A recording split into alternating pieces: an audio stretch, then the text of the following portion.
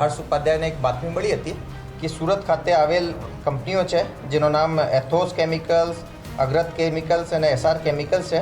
એના જે મુખ્ય ભાગીદાર છે સતીશ સુતરિયા, એના બીજા થોડાક જે એ છે ભાગીદારો છે, એ લોકો મળીને ફેન્ટાનિલ બનાવવા માટેના જે પ્રિકર્સર્સ હોય છે એનો એવા બધા દેશોમાં જે જગ્યા ઉપર આ બેન્ડ છે એ જગ્યાના એ દેશોની અડોશ પડોશના દેશોમાં એ લોકોનો એર કાર્ગો મારફતે મોકલાવે છે.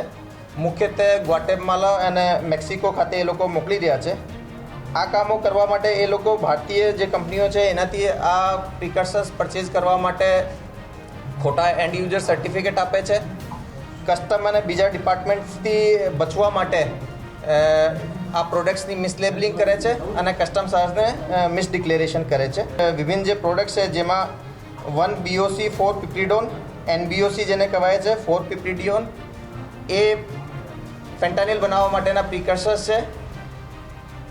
એ જે કેમિકલ છે એ યુનાઇટેડ નેશન્સની જે ઇન્ટરનેશનલ નાર્કોટિક્સ કંટ્રોલ બોર્ડની રેડ લિસ્ટમાં પણ આવેલા છે.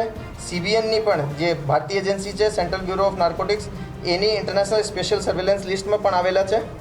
અને આ પ્રોડક્ટ્સ ઇન્ડિયામાં જે એના મેન્યુફેક્ચરર હોય છે એમાં એ લોકો વિદેશની કંપનીઓના એન્ડ યુઝર સર્ટિફિકેટ ખોટા આપે છે અને પછી આને એક્સપોર્ટ કરવા માટે પણ મિસડિક્લેરેશન કરે છે. દાખલા તરીકે કહીએ તો આ NBOCને ઘણી જગ્યાઓ પર વિટામિન Cના નામે એને એક્સપોર્ટ કરતા હતા. આ બધી કામગીરીમાં નાર્કોટિક્સના કોન્સ્પિરેસીમાં, પ્રિપરેશન માટે રો મટીરિયલ મોકલવામાં અને જે જુદી જુદી ફોર્જરી કરીને મિસલેબલિંગ, મિસડિક્લેરેશન કરવામાં આવેલ, એના માટે BNSSની જુદી જુદી કલમો અને નાર્કોટિક્સની જુદી જુદી કલમો હેઠળ આ સતીશ સુતરિયા અને એના ભાગીદાર યુક્તા નામક યુવતી જે છે એ બંને વિરુદ્ધમાં મેં કેસ દાખલ કર્યા છે. એના હાલમાં સુરત ખાતે આનો રહેવાસ હતો, તે જગ્યા ઉપર કરીને એને કોર્ટમાં પ્રોડ્યુસ કરવાની કાર્યવાહી ચાલુ છે.